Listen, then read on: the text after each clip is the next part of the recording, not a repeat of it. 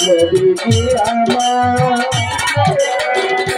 মানুষের রুচি ধরে হাতে মাওলা খেলা করে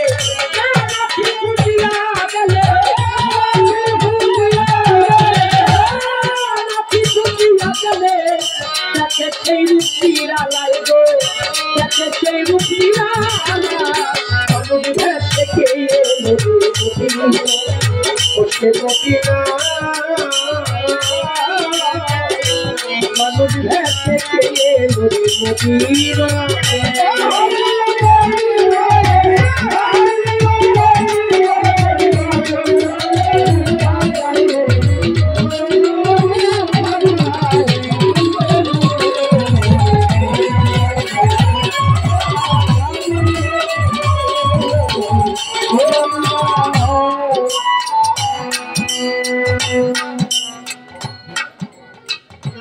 নবী আমার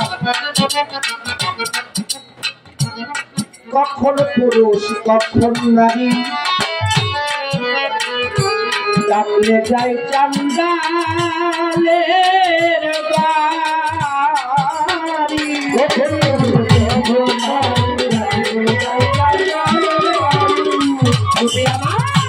কখন পুরুষ কখন নারী ডাকলে যাই চান্দালের বাড়ি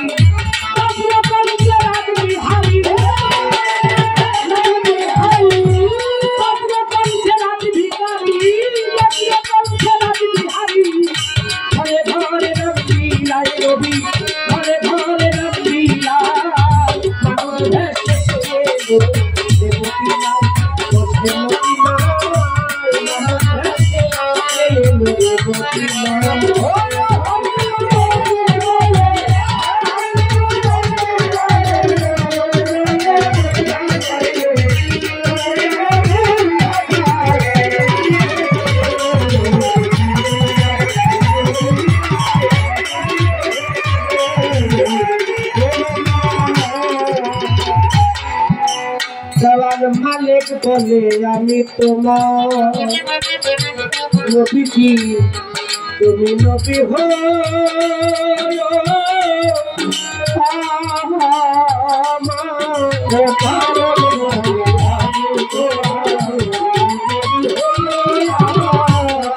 মালিক বলে আমি তোমার তুমি নবী হয়ে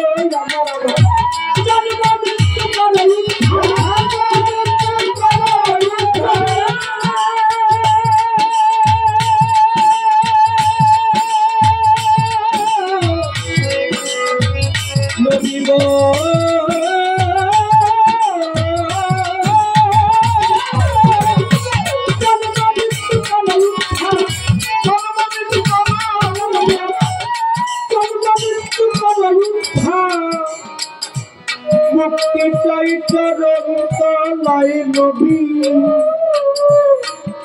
মুক্তি চাই চরণ তলায় আমার নবীর নামে মহব্বত করলে বাবা কিছু পাওয়া যায় না কি পাওয়া যায় ধন সম্পদ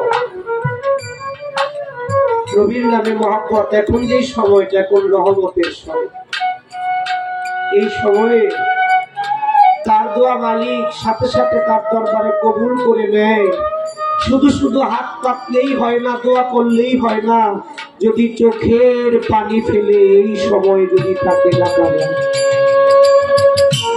নবীকে ভালোবাসলে নবীকে মহব্বত করলে কি পাওয়া যায় কেমন মহব্বত করতে হবে নবীকে টাকা পয়সা ধন দৌলত স্ত্রী পুত্র সন্তান সন্ততি পিতা মাতা নিজের জীবনের চাইতে বেশি মহব্বত করতে হবে নবীকে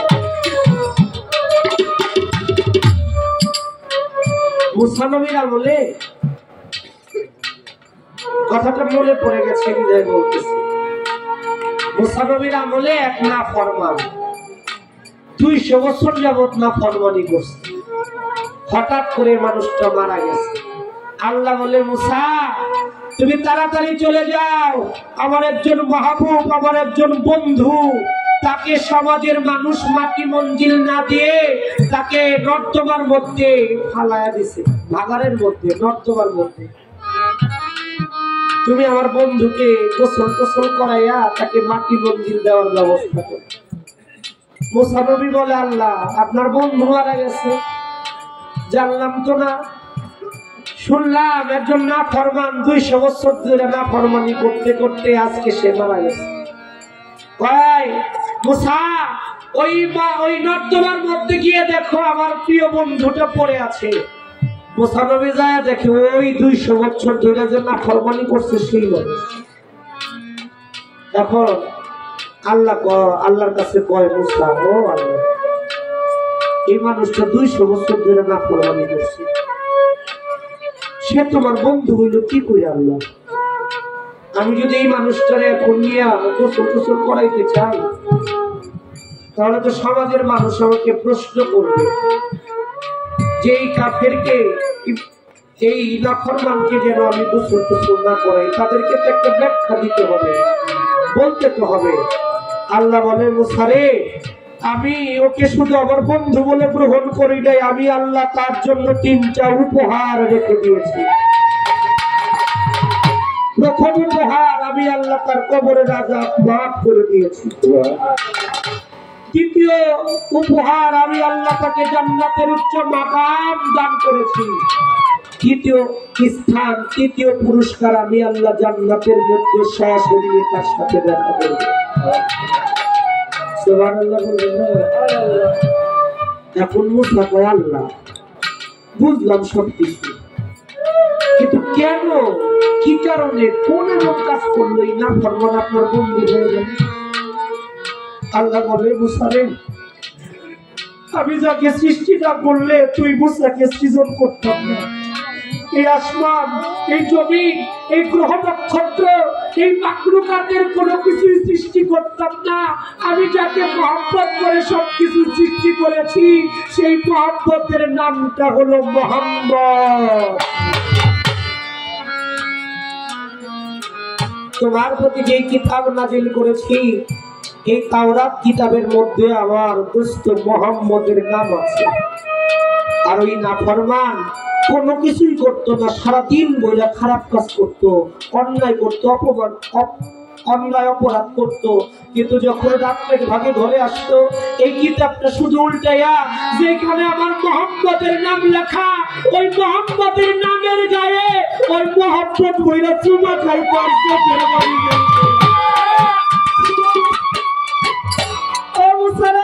আমার মুহাম্মদকে মহব্বত করে, আমি আল্লাহ তাকে মহব্বত না কইরা পারি রে। আমি আমার মহব্বতে আমি তাকে আমার বন্ধু বলে গ্রহণ করে দিয়েছি, এবং আমি তার জীবনের গুনাহ খাতা মাফ করে দিয়েছি।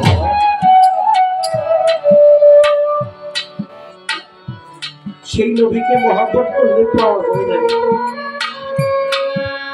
অলিদের মধ্যে একজন অলি ছেলের নাম ছিল তার জুনায়েদ বাগদাদী। আমার কথা তারা বিরক্ত হয়,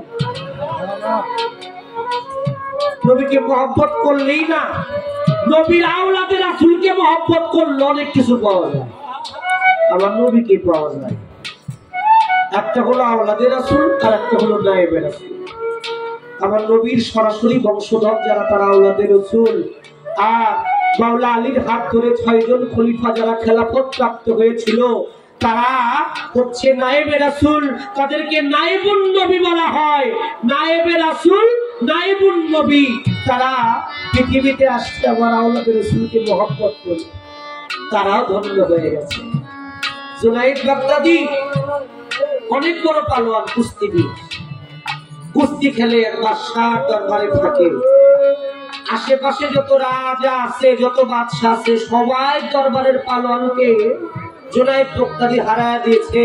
এর জন্য বাদশাহ রাজ্যের মধ্যে এলান করে দিয়েছে, কেউ যদি আমার জুনায়েদকে কুস্তি খেলা হারাইতে পারো, তাহলে আমি আমার রাজভান্ডার থেকে তাকে 10,000 স্বর্ণ মুদ্রা উপহার দিব। এখন রাজ্যের মধ্যে যখন এলান হয়ে গেছে, ওই রাজ্যের মধ্যেই আমার নবীর, এই বেলাটা বন্ধ করতে হবে না, আমার নবীর একজন বংশধর আওলাদে রাসূল সে থাকে সেখানে।